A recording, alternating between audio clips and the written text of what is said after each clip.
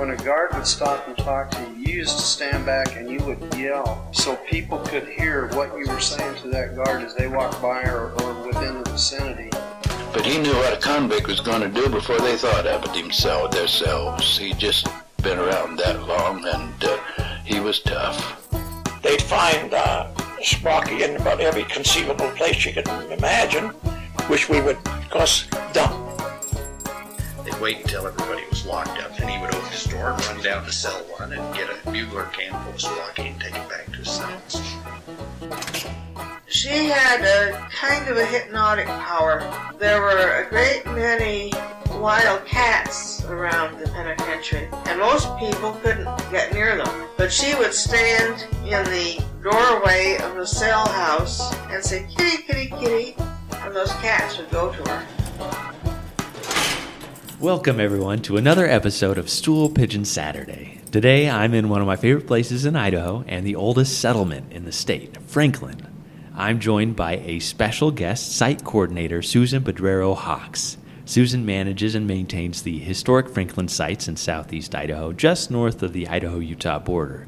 She also cares for the incredible collection on display in the Franklin Relic Hall, maintains the grounds, and serves as a key resource for researchers and families exploring their history. So welcome, Susan. Thanks for being on the show. Thank you for inviting me, Anthony. Yeah, of course.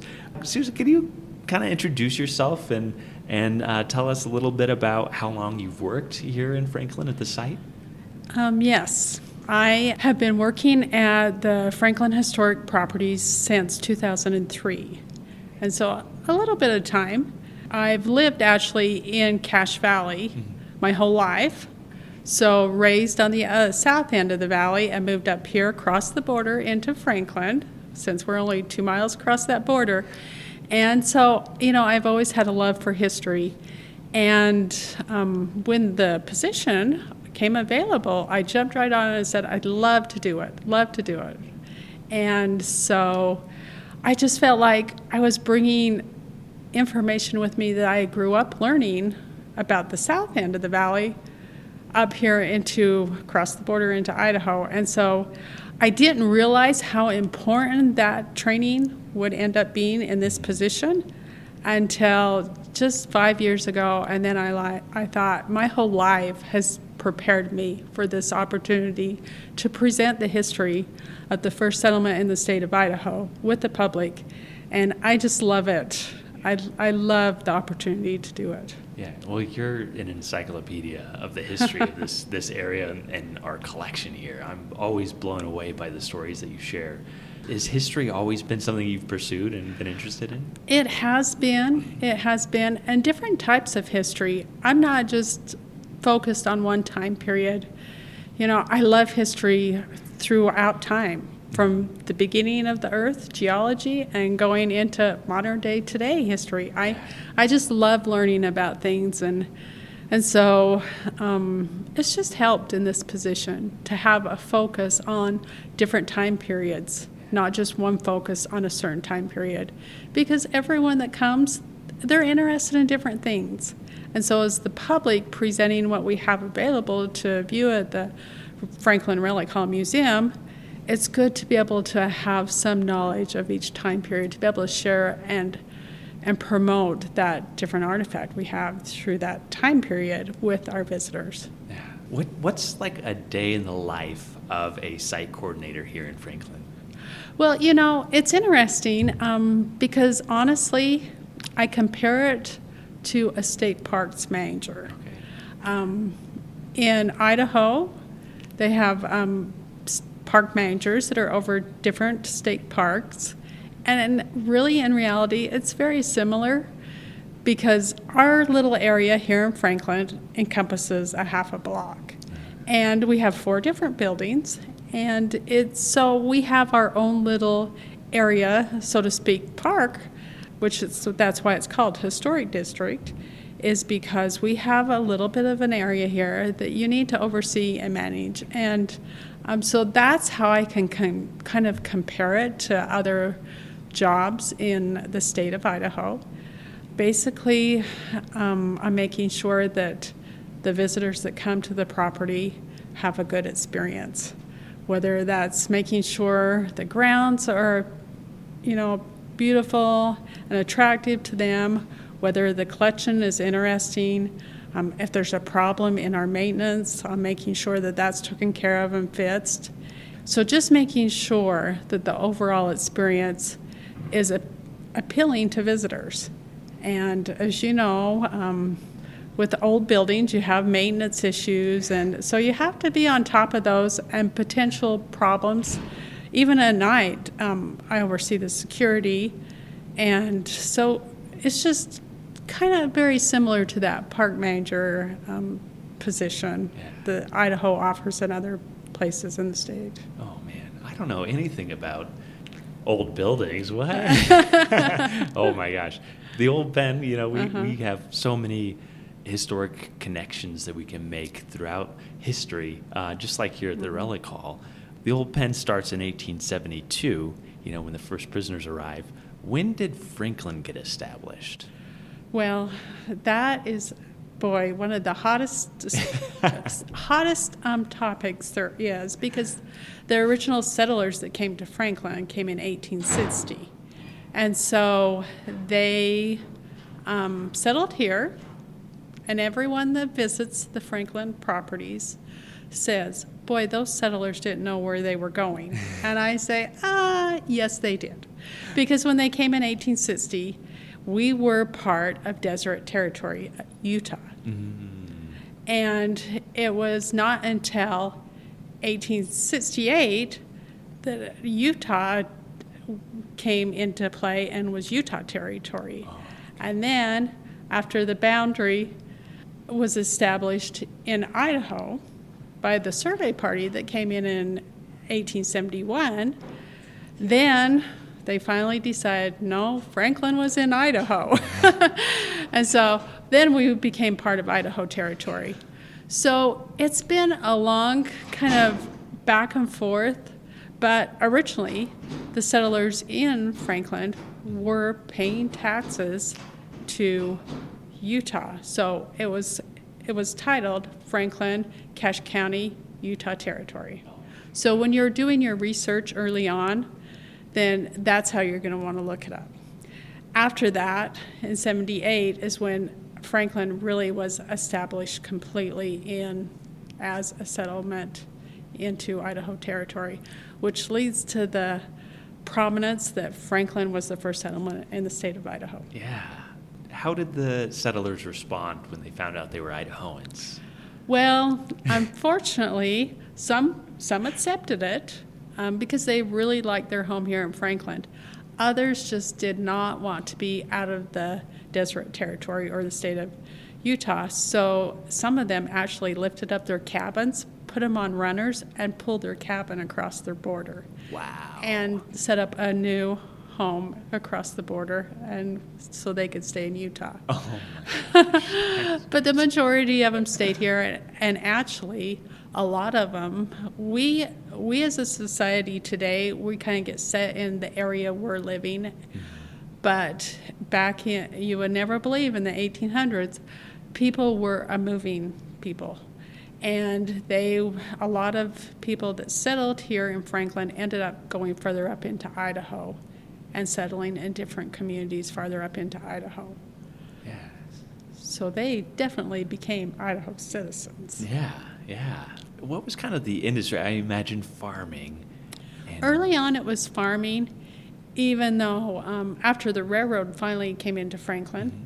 and was the northern point here, freighting was a huge business, and there was a lot of freighters that would unload off of the railroad and then haul freight up into the Montana gold fields. And a lot of freighters went through here, which is really similar today because we sit here not on the interstate, but a main highway that goes up further into Idaho, crosses over into Wyoming. And so I would say that kind of legacy is carried on today. Yeah. And we're pretty close to a national park here. You want to talk a little bit about Yellowstone? We are.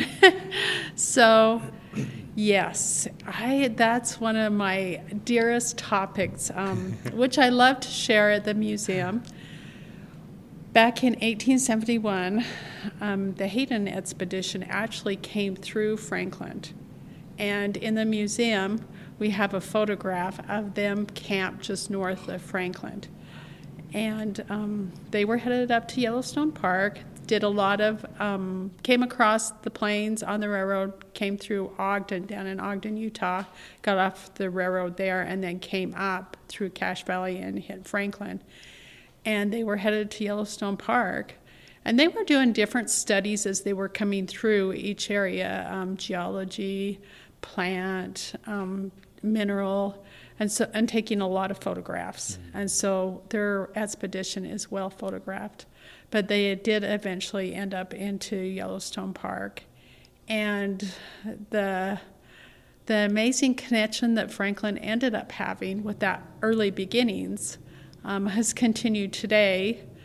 We have some amazing artifacts that if you want me to dive right into those artifacts, I'd love to share them with you. Yeah, I mean, anybody who's going to be traveling to Yellowstone this year should definitely stop in Franklin. Let's talk about some of these artifacts. Yes, you know, I love it because, like I said, the main route from the Salt Lake area came through here in Franklin.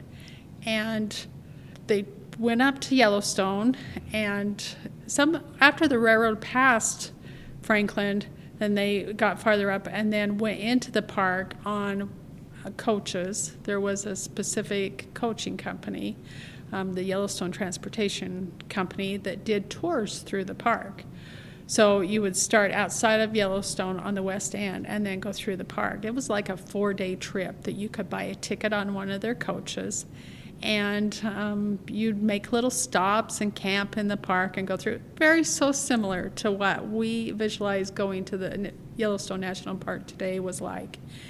And there was a gentleman that actually was from Franklin that went up to Yellowstone Park and worked for the coaching company. And he drove coach through Yellowstone Park. One of the coaches they had there was called an observation coach, and it was a 9-seater, so it held 9 people, and then a driver and a helper, or I wouldn't say just someone for security on the front seat.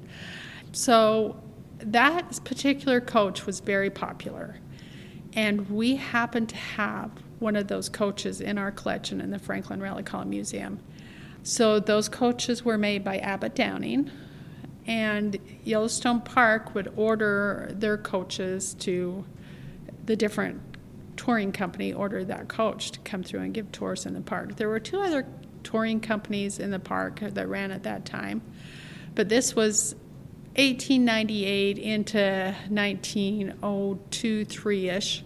And we actually have been able to work with the Cody Museum and able to getting with a gentleman named Rawhide Johnson. If anyone knows Rawhide, he's amazing at the information that he can get for those early Yellowstone coaches. But he was able to get the paperwork of the order from the Yellowstone Transportation Company from Abbott Downing. And so that coach has a number on it that specifies it came from that company and was made there. And if you look underneath the floorboard where the driver sits, puts his feet, you can find that number is still engraved in there. And so those coaches were all numbered by Abbott Downing. Every coach they made, they numbered it. So that coach came out west and was used in the park for years. And the transportation company ended up numbering their coaches, similar to a cab service. Their cab services put a number on their cabs so they can keep track of them. Well, they did so also with the touring coaches. And our number happens to be 29, and I believe they made 188 observation coaches. So you can tell ours was pretty early in the system. Unfortunately, the glory years of going through the park came to an end with the invention of the automobile. And horses pulling coaches and automobiles did not get along very well on those small little roads through Yellowstone Park. So eventually the touring companies did away with the coaches and brought in their fleet of touring cars or just as a visitor, you could drive in your newly invented car.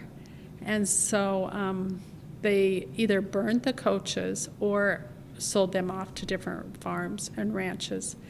And ours, the one we have in our collection, actually went to a farm in Wyoming.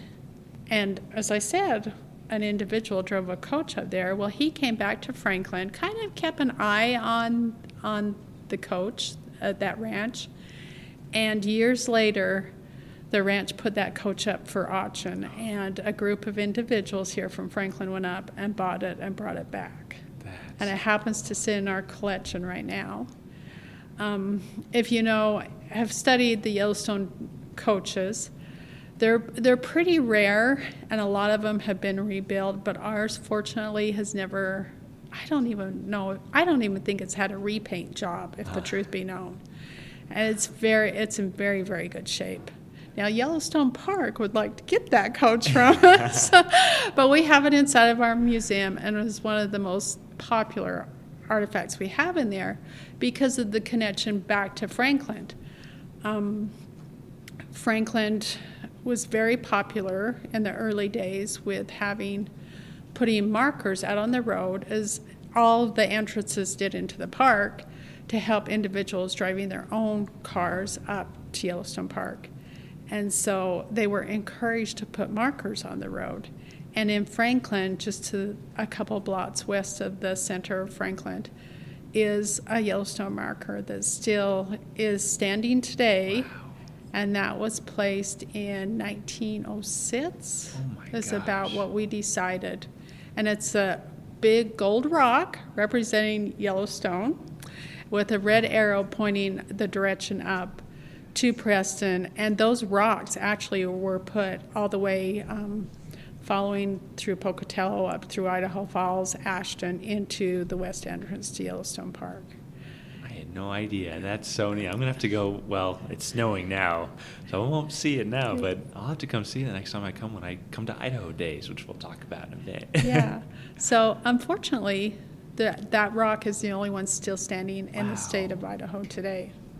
On the podcast, we talk about Edwin Trafton, who stood and waited for these wagons to come with this rifle, and he just robbed, oh my gosh, I can't remember the exact number, about 20 of them as they drove through. And all these folks, he would have them take all of their belongings and then send them down, and then the next wagon came and he robbed the next one. So anyone who's listened to the Edwin Trafton episode with Sam, you can actually come and see one of these wagons, these touring wagons, here at the Franklin Relic Hall, which is so amazing. Just these connections to the old pen that we have. That is, yes.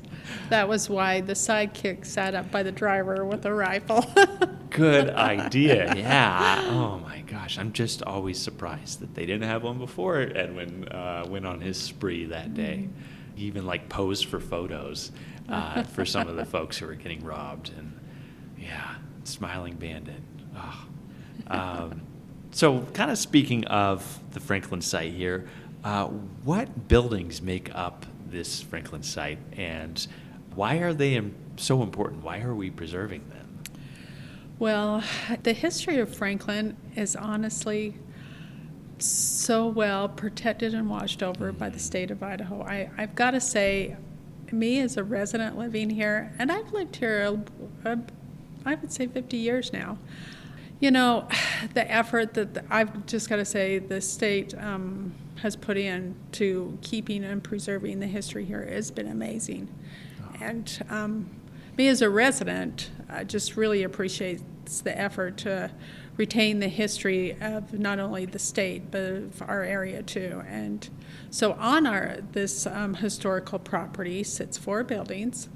The first one being the ZCMI Franklin Mercantile Co-op store, and that actually was built in 1869, and it was, as I said at the time, we were under Utah Territory, so the majority of the residents and the settlers that came to Franklin were members of the Church of Jesus Christ of Latter-day Saints, and they were encouraged in 1969 to build a store because we had the Transcontinental Railroad coming in, And if the visitors that were coming in on the railroad would want to be shopping, then of course the leader, Brigham Young, said they might as well shop at our stores. So he had each community build a store. And so in Franklin, we have the co-op, which was built in 1869. It's a rock building, and it stayed in that frame as a store for a number of years. Today, there are only 3 original ZCMI co-op buildings still standing that were instituted under that program that President Brigham Young did in 1869. Franklin has one of them, untouched, very raw, no work has hardly been done on it. It's in its original form. And each of those stores were required to put the community's name, Franklin, which would have been Franklin, and then the ZCMI co-op. And so we have that here. Unfortunately, that's not open to the public, but you can walk around, look in the windows, and see. And like I said, that's a rock building. So in Franklin, Lorenzo Hill Hatch, who we're going to talk about in just a moment, he was told to take half of the men in Franklin because he had a contract to work on the Central Pacific Railroad grade just coming into Promontory. So half of the men went with him out there to work on the grade, and the other half were required to work on the rock building and get it built before the Transcontinental Railroad was completed. So it was either work on the building or go work on the railroad if you were a man. But there's some amazing records we have available to, if you want to come and study those records, talking about the work that was done. And of course, they didn't have much money to pay the men. So once the store was completed, they were able to take their time they had worked on building the store and get goods from the store and not have to pay them. So it worked out pretty good, but yes, that building is still standing. And then as we go down the street, we have the Lorenzo Hill Hatch home, who he came to Franklin. The majority of the settlers came in 1860, but he didn't come until 1863. He actually had lived in Lehi, Utah, and had came up in the request from President Brigham Young to oversee the community and build it up. And so his rock home is still standing today, and It's beautiful too. it is a huge home. In the day, it was called the Mormon Hotel, where anyone of importance would come and stay there, and he had a room that he would rent out and visit with the people that were coming through Franklin. Actually, in 1875, another expedition to Yellowstone Park came. They spent the night in the house with him as he was giving them information on traveling up to the park. And so his home is still standing, and we have that as an interpretive center with beautiful interpretive panels talking about the beginnings with Lake Bonneville covering the area and a time period of each of the areas, the native Indian, the trappers that came through, then the settlement, and the railroad coming in, and just progression through time. And so that's very informative if you're looking for information. And we have his descendants seem to enjoy coming to view the home as well. He actually has quite a few descendants that come, and they're just very, very grateful that building is still standing and is available to go in. And he has an amazing history. One of the reasons he was sent here by Brigham Young is because he was a builder. He could go into an area and build things up and build up the community. He built the first grist mill in the state of Idaho here, and him and 2 other gentlemen were on the board, and they ran that. And then he just continued. He had his fingers in everything, building and getting things moving here in the area. And President Brigham Young stayed at the Hatch House, is that right? He did several times, yes. Yeah. Yes. Were there any other notable names? You had just a lot of different individuals. Now, an important thing that a lot of people he invited, non-member, member, didn't matter. If they were coming through and needed information, he would welcome them to his home. Mm-hmm. He also had, in the kitchen area, a very tall cupboard. I would say it was probably 7 to 8 feet tall. And his family knew that if anyone came in and got out of hand or weren't very polite and seemed to cause a ruckus, that they were just to climb up on a chair and grab the rifle down and hand it to their father, and he would escort that individual out of town. Oh. So he believed in law and order, and he kept that loaded rifle up there on that cupboard, which we have in the collection today as well. And so that's kind of a fun story that his descendants have shared through time with us. We have quite a few of his artifacts when he wasn't traveling around, which also is a good time to intercept. When he was in the Utah legislature, like I said, he lived in Lehi before he came up here. So when Franklin became part of Idaho Territory, he got all ready and went to Boise, and he went to represent Franklin. And he actually went up there and was able to get Franklin's charter in the state of Idaho and do some other work up there. And then, so he visited the legislature a little bit in Boise as well. Yeah. And then when we go back to the history of Franklin, he, like I said, he was a builder, and he was soon asked to go to Arizona and help build up communities in Arizona. Wow. And so Joshua Hawkes, just as that transpiring from becoming part of Idaho, he was the one that had to go up to Boise and present the final charter for Franklin and get all of that worked out. That's right. Okay. For Lorenzo, under Lorenzo's dictation. And the only way I know all this is because Lorenzo left an amazing journal. And we have a copy of that in our historical records, where he recorded daily what was taking place and transpiring. And he did an amazing job in recording the history here. Okay. You know, unlawful cohabitation in the 1880s and the crackdown on polygamy in Idaho. Joshua Hawkes was one of the men who was arrested and, fined $300 and sent to Boise for 6 months for having, multiple wives at that time, and then later served as part of the state constitutional convention in like 1890 in Boise. And I didn't realize that it was kind of under the directive of Hatch, so that's yes. Really interesting. Yes. Wow. Boise connection and Franklin, it's just the history and kind of the back and forth and some of the legal battles that happened and the politics between this very Republican government and this very Democratic, stronghold that they saw here in Southeast Idaho, that they're trying to create laws so that these church members aren't allowed to vote in the 1880s with the test oath and all these different preventative laws outlining the ability for these folks to vote because of their religious beliefs, which is so fascinating. And the voting was a big thing.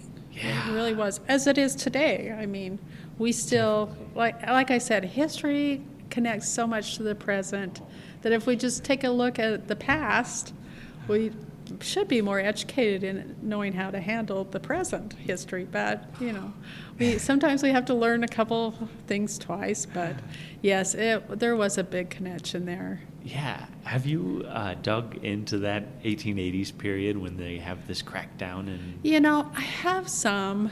And I know the individuals that were here and their different struggles. But, honestly, the amount of building and growth and then going on and bringing in different commerce businesses kind of override that period of history, because people didn't stop their building and progressing here in Franklin and moving further up into Idaho.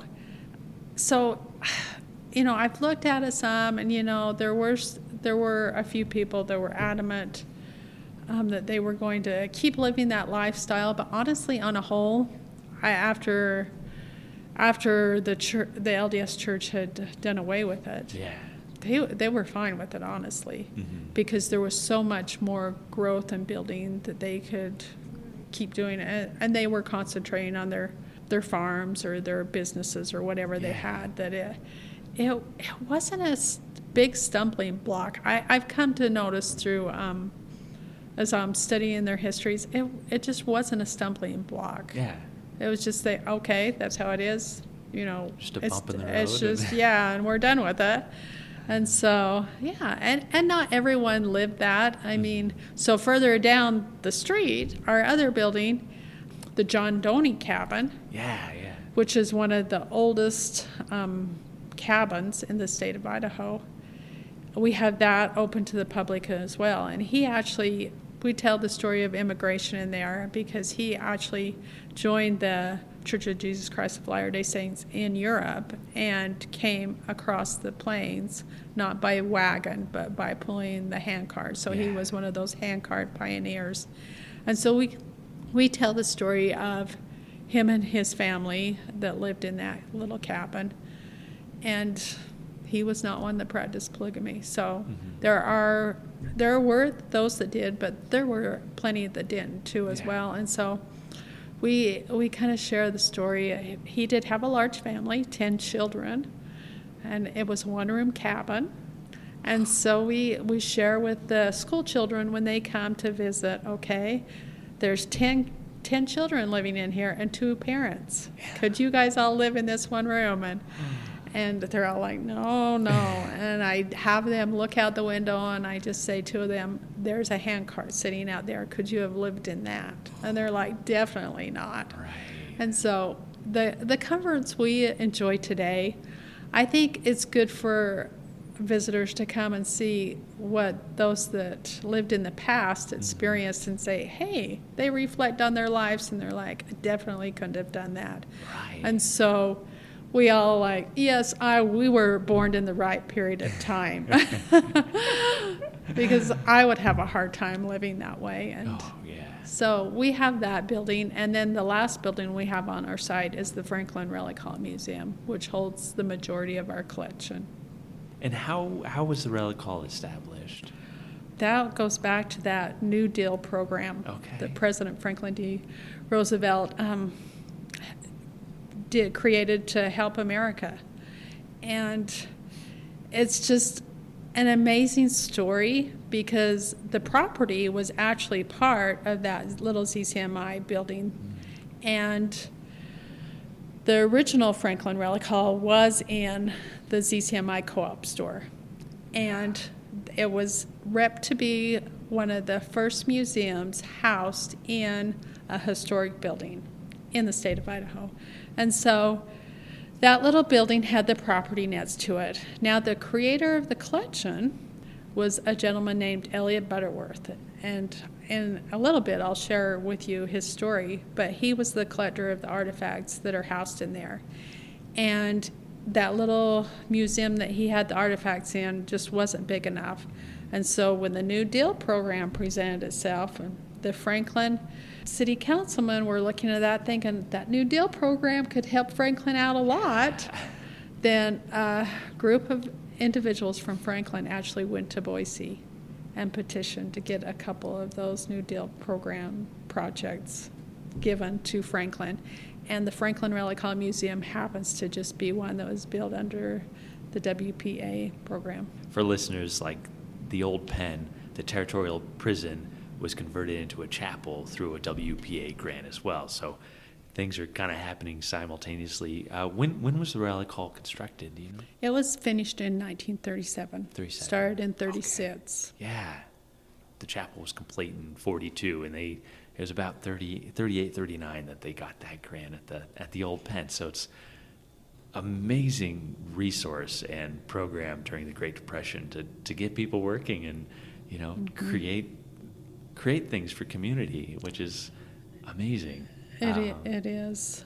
There's so many different places that I can think of that were built under that program. And like I said, that was such a blessing for those that were living during that time period, coming out of the Depression and just needing work so bad. And so the timber was all cut by the CCs up in a CC camp up in Strawberry Canyon. And then they had the labor here from the program that actually built it, the relic hall. So back to the property. The LDS Church actually owned the property, but they were not going to be able, the people here in Franklin, be awarded the project until the state of Idaho actually owned the property. So the Church of Jesus Christ, under the direction of the local bishop there, had sold the property to the state of Idaho for $1 for the building of the museum. And so it was just a great opportunity for that museum to be built, and the workmanship is unbelievable. It's so amazing. It just shows the talent that the men had at that time period for building. Hi everyone, this is your events and rentals team at the Old Idaho Penitentiary. Did you know you can rent out one of Idaho's most iconic historic sites for your next event? The Old Idaho Penitentiary offers a truly unforgettable setting for meetings, corporate events, wedding ceremonies and receptions, proms, birthday parties, and so much more. Whether you're planning something elegant, educational, or unique, our historic buildings and scenic grounds provide a one-of-a-kind backdrop your guests will never forget. We work closely with you to help bring your vision to life while preserving the incredible history of the site. For more information, visit history.idaho.gov/rentals. What do you think is the most important artifact that's on display in that relic hall? You know, you're going to ask me that's the hardest question you could ask me. Because, you know, a little bit about the collector, if I may, to begin with. Yeah. Elliot Butterworth, he is the collector of the artifacts, and he actually, back to the railroad, came across in the first passenger car that came on the Transcontinental Railroad to Utah. He had been an immigrant from England and came west with his family. Obviously, he was another person that had joined the Church of Jesus Christ of Latter-day Saints and wanted to migrate to Utah. And he actually worked on the railroad after he got to Ogden, and he lived there for a while and then found his way up to Franklin. And he lived here and had a store here and, like I said, worked on the railroad, actually worked on the railroad line that we have coming into the state of Idaho. And he always loved artifacts. He vividly records that he could remember his father going to the first demonstration of the trains and an engine being that had been newly invented in England.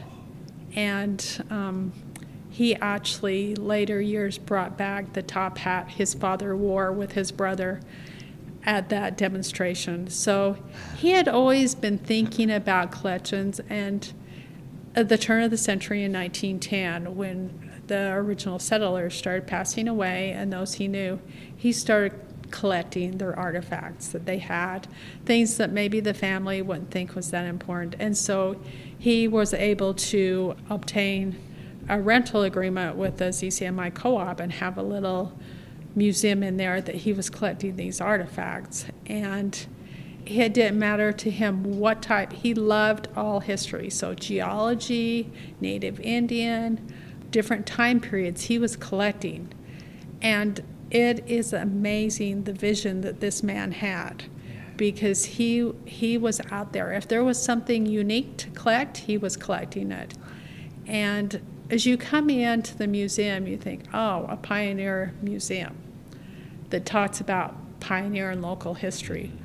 Well, Elliot was a step above that, because he had gone to England later on in his life, and he was making sure he was going to all the museums he could to see how they were put together, so he could come back and put together the museum here in Franklin.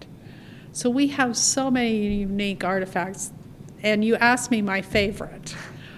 Well, I'm not sure I have a favorite, but I'll just list off some that we have. Obviously, we have pioneer artifacts, a huge collection of charcoal photographs.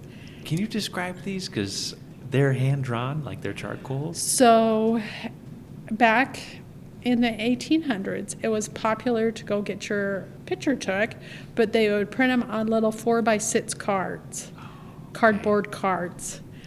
Then this new technique came forward that they would take the card, put it in a little film projector, and that projector would project the image up on the wall. And then an actual artist, a sketch artist, would sit and sketch the image on a great big piece of paper or cardboard. So most of the charcoal pictures are about a 16 by 20 inch size. But the better the sketch artist, the better the photograph was. And they all had all their own different techniques and designs. We have a large collection, very similar to in Utah at the Territorial State House. They have a large collection there as well. But what makes our collection very unique, and we've had experts come in and look at the collection before, and they tell us this is a very popular photograph that you can find back east, but they're not identified. The individual in the picture is not identified, and we can identify every one of the people that we have in our collection. Oh my God. And just for listeners, we have about 250 photographs that were done that way. They're fascinating. Like that's one of my favorite parts, just personally. They are fascinating. They're just so beautiful. I've been curious, so that makes so much sense because they look photorealistic. I'm like, who is the artist who was painting these portraits, these perfect portraits that look like photos? That makes so much more sense now. You know, and it was a very popular cultural thing that families had, because if there was someone that died early in their family, then they would have a picture done, and they would actually put that picture at a table setting at a family gathering, so that person was remembered and memorialized. I don't really want to say that, but that is kind of the word. By putting the picture there, you would never forget that they had passed on. Yeah. And so that was just a cultural thing in the day, and it's amazing when you study those photographs, the stories that are behind it. It's just amazing. So the Relic Hall has that big collection, which everyone notices when they come in, because it's hard not to. We also have early pioneer artifacts. Like I said, we have gentlemen that went out, worked on the railroad grade, so we have some tools that were actually used in the building of the Transcontinental Railroad.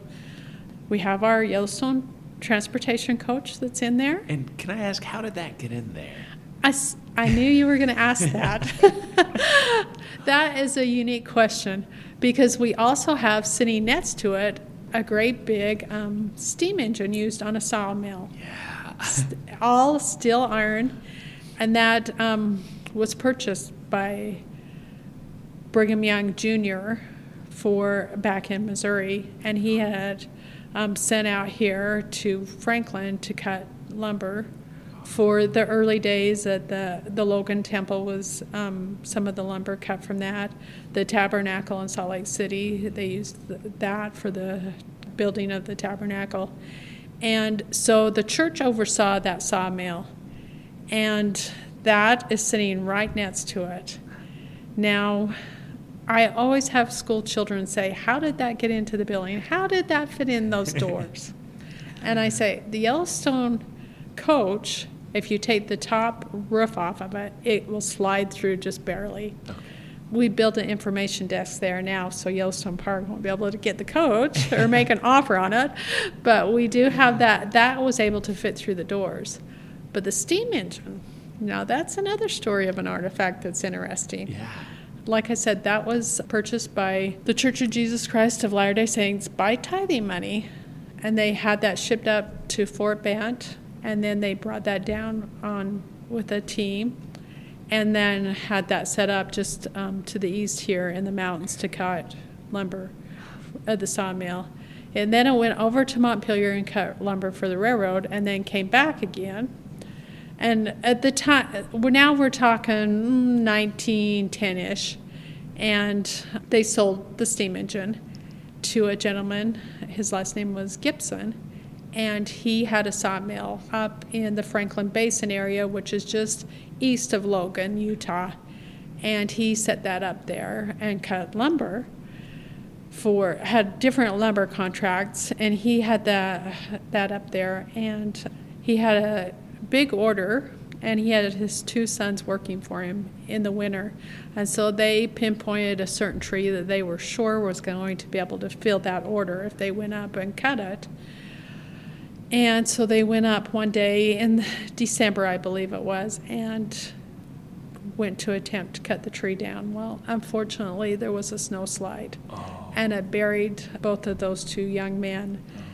And the father was devastated that his 2 sons were gone, and so he closed the sawmill down, and that was it. He was not going to reopen it again. It caused him so much heartache. And with the building of the Franklin Relic Hall Museum, there was a group of men that went and to his descendants asked if they could purchase the steam engine. And they went up, got the steam engine up there and brought it down and built the building over the top to be able to keep that steam engine's memory alive and the stories behind it. It had an amazing history. It's one of the last stationary steam engines, and then they started putting wheels on the side. And so that's why Brigham Young Jr. was able to get it at such a good price. And so it just sat on top of a wagon bed, and they pulled it around. And we actually have a photograph in the Franklin Museum with them using that steam engine at a logging camp cutting lumber. So that's how that was able to be put in the museum. They built the building around it. Yeah. Over top of it. It's this that makes, having you at the site and such an encyclopedic knowledge of these things that, there's so much depth to each of these artifacts. It's not just an old steam engine, but there's a lot more, to this backstory that's so important that we need to catalog and, understand and preserve that. So. Well, I maintain every person has a story, and everything they're involved with usually has a story. And our daily lives are the same as today. Mm-hmm. Just like those people that you talk about up at the penitentiary, they all had a story, how they got there, what their lives were. Right. Everyone has a story, and it can be shared in these museums. The state of Idaho has been so careful in preserving the histories and the stories of those throughout our time. And are there any artifacts that are surprising that visitors will go, wait, what is that? Any just off the wall artifacts? Well, we do have off the wall ones. There's an iguana lizard in there. And everyone says, honestly, there is. Everyone says, where in the world did that come from? Mm-hmm. Well, there was a gentleman in World War II, and he was stationed in North Africa. And he actually sent that home, obviously not alive, but he had killed it and skinned it and sent it home to his father. And they had it stuffed.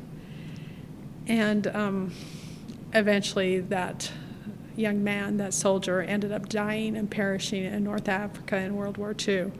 And so afterwards, the father brought that to the museum, and it was placed in the museum along with the story of his son being stationed in North Africa and killing, the lizard and sending it back to him, which is touching now because that's a lasting memory of one of the things that his son did and stationed in North Africa, which the museum is full of. Like I said, Elliot Butterworth was a visionary man. He went and collected artifacts from the San Francisco earthquake and Great Fire. We have those in there. From the World's Fairs. Yeah. We have those in there. Our war artifacts are amazing. I personally believe, unless you're going to a war museum, the World War I artifacts we have in the collection are just unbelievable. And you just don't see that in museums. And I'm a museum goer. Yeah. I enjoy traveling to them. So, we have those. And another interesting item that we have in there is a medal given to a German soldier in World War I, an Iron Cross that ended up in the collection. And there again, huge story behind that. So overall, the whole museum is full of amazing artifacts that you're like, wow, how did that get in here? Not just pioneer artifacts reflecting the first settlers that came to Franklin. I brought the first, the telegraph here came first. The first school was in Franklin. Not just those first things that we new pioneers or settlers did every day, but really it's the American experience to go in there and see artifacts throughout Americans' history in a tiny little museum in Franklin, Idaho. Yeah. When can people visit? Well, we're open from Memorial Day to Labor Day, Okay. Tuesday through Saturday, 11 to 2:30, and so that is always staffed at that time. In the winter months, we can bring people into the Lorenzo Hill Hatch home, but the core of the artifacts are in the relic hall, and so we encourage them to come during the rest of the year as opposed to December and January when it's colder. But that's one of my duties that I do is any bigger groups, then I'm coordinating those groups that want to come in. So we do have a lot of tour buses that come through.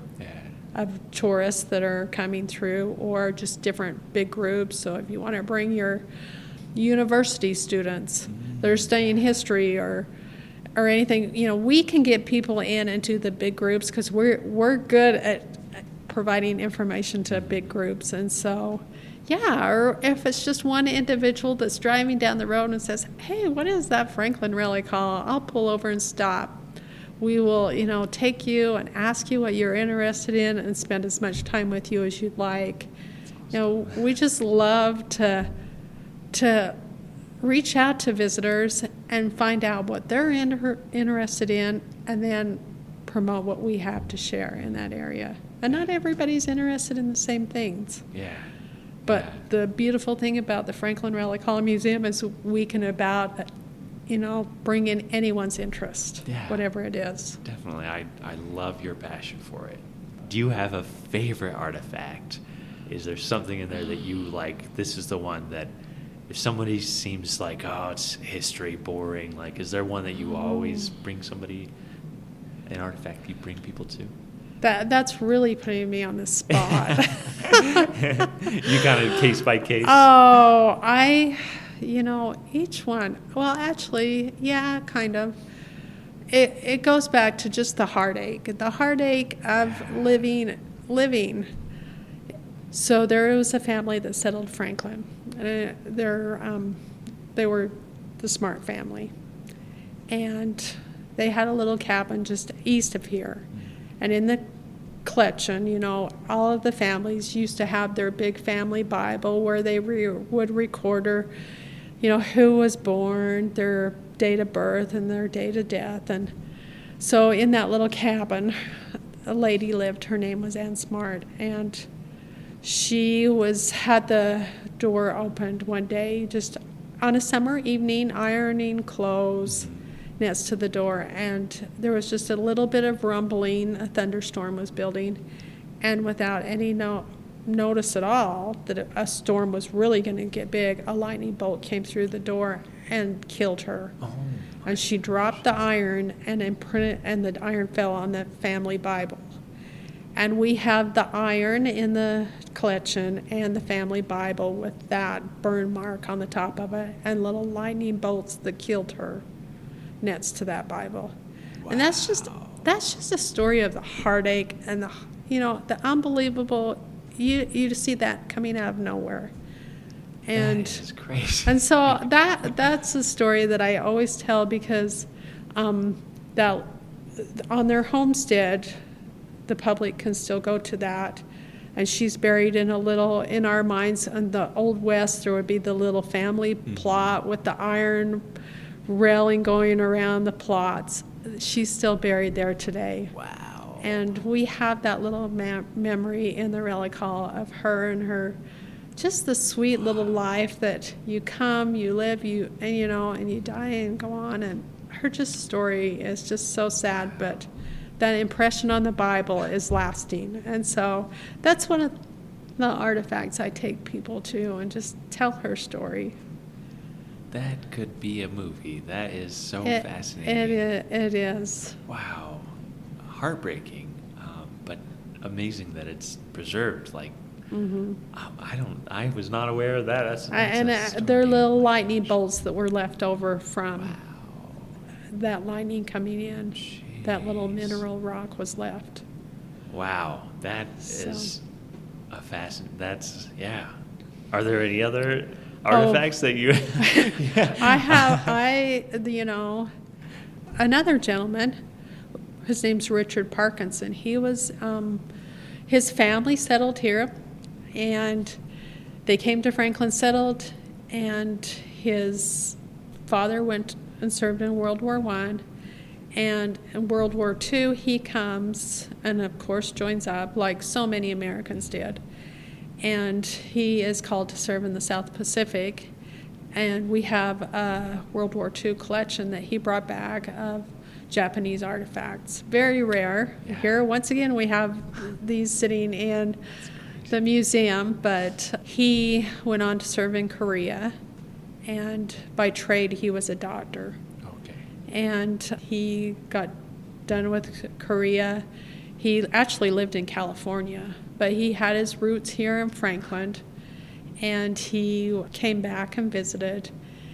And then he went on to Vietnam and volunteered as a doctor in Vietnam. And on the side, amongst all that, he was an athlete. And so if you're an athlete, he was the man to follow, because he went and entered races, entered the Ironman competition in Hawaii, won 4 times. But he would come back during rodeo days and always go through the collection. After he passed away, his family sent us all of his medals that he won in competitions. So we have Ironman medals over there from different competitions in Hawaii with his doctor insignia that he had in Vietnam. And so just an amazing person coming from Franklin with ancestors that settled there and just went out and spread goodwill throughout the world. And so just interesting stories.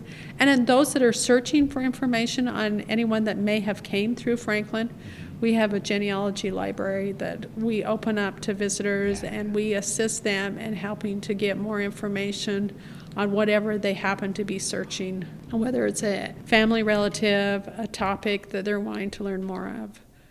We open our doors and try to assist you in any way we can. I love that. Such a great service. Finding those family histories, we do that at the Old Pen a lot. Mm-hmm. And that's kind of a tough one, unless, your ancestor was a guard or something. But most of the time it's like, I've never seen my grandpa, and you see him at his lowest point as a mugshot, mm-hmm. and you find something out about your family history. And here, this is such a bright spot. There's so many, really fascinating, you're seeing the grit of these pioneers and, your ancestors that make your life, so comfortable mm-hmm. without the hard work and backbreaking work that they did to get here. So that's such a great service. So thank you for doing all of that genealogy work. It's amazing. You talked about rodeo days. Can you talk about Idaho days? Yes. Franklin, Idaho days? Yes. Back in 1910, the citizens of Franklin went to the governor and petitioned. They had to get affidavits to say, yes, Franklin was the first permanent settlement in the state of Idaho, even though at the time we were in Utah. Now today, it sits as Franklin was settled. And so they went up to Governor Bradley and gave him the affidavits, and he's the one that announced that June 15th would be Idaho Days. And that's a day that they would honor and celebrate the first settlers in Franklin that came to the state of Idaho. And so there has always been a celebration since he did that. Now it's celebrated on the last Saturday of June opposed to the 15th. But that's a celebration that a lot of communities have of honoring their settlement, the beginnings of their community. And so, there's always amazing things that are happening. Back throughout the years, we have old articles and posters of air shows that would come. We used to have rodeos here, and just so different things that they've done throughout time to celebrate and honor their original settlers. Today, we just have our parades that are and different activities throughout the day, and it's a Saturday, as I said. Carnival, fireworks, just fun festivities, and we always invite those that were in the area to come celebrate it with us. So it's just a fun day of remembering the early beginnings. It's so cool, just as I've had the honor to come and experience Idaho Days, and it's so neat to see the community come together, and you have live music, and as you're saying, carnival, there are people who are selling food and other things, and then I've been able to participate in the parade, which is just so fun, throwing candy out to It is folks, fun. It's a very fun time. Just community coming together is like such a beautiful thing, and I love just how many people show up. I'm always blown away when I come to Franklin, and there are so many people who are coming out and celebrating Idaho Days, and yeah, it's just such a beautiful thing to see. I want to see more of that, everywhere. Well, we great. all like a good celebration. So, and Franklin puts on a good fireworks show. So if you're a lover of fireworks, you'll want to make sure you put that on your calendar for this coming June, because they do a fabulous job. Oh, yeah. Coordinate your Yellowstone trip. Come to Idaho Days. There you go. Come That's check out the exactly Relic it. Hall, the Hatch House, the Doney House, ZCMI building. So amazing. What do you want every visitor that leaves the site, what do you want them to know or understand? I just want them to leave the site with a good experience. It's really, and feeling like this was the best stop I've made, and I want to come back. And that's what I tell them.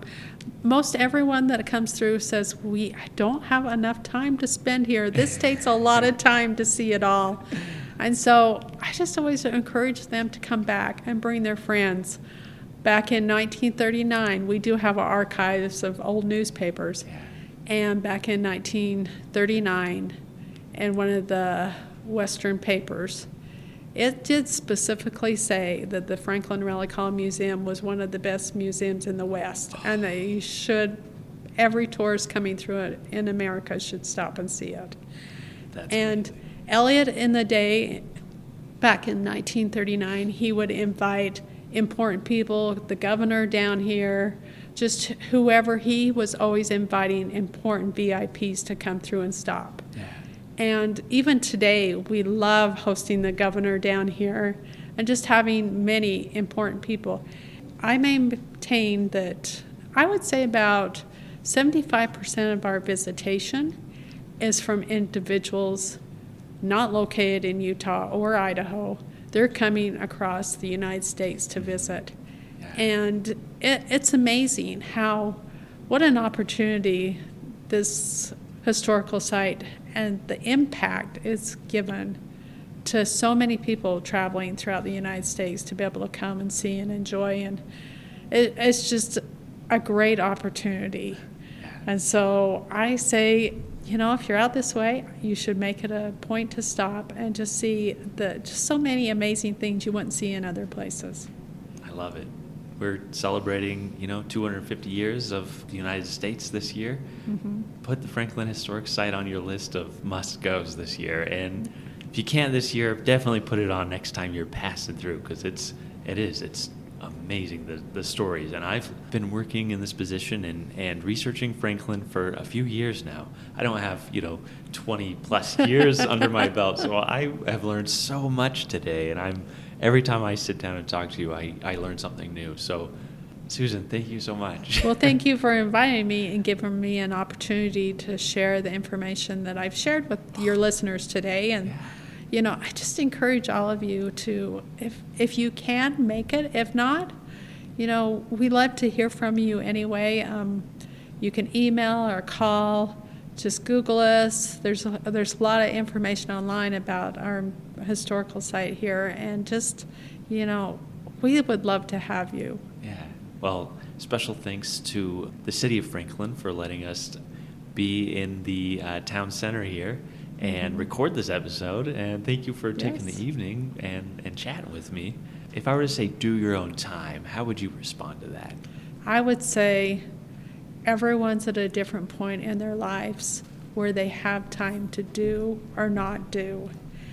And I would say take your time and do what's important for you and your family today. Amen. I love that. All right, everybody. Thank you so much for listening. Thank you, Susan. Thank you for having me, Anthony. All right. Do your own time, do your own number, and we'll chat with you next week. Thank you. If you enjoyed Behind Gray Walls, subscribe, rate, and review on your favorite podcast app, and leave a comment to tell us what you thought of today's stories. Your feedback helps shape future episodes and helps new listeners find the show. To learn more about the cases we discussed and to see historical mugshots of the prisoners featured in today's episode, follow us on social media.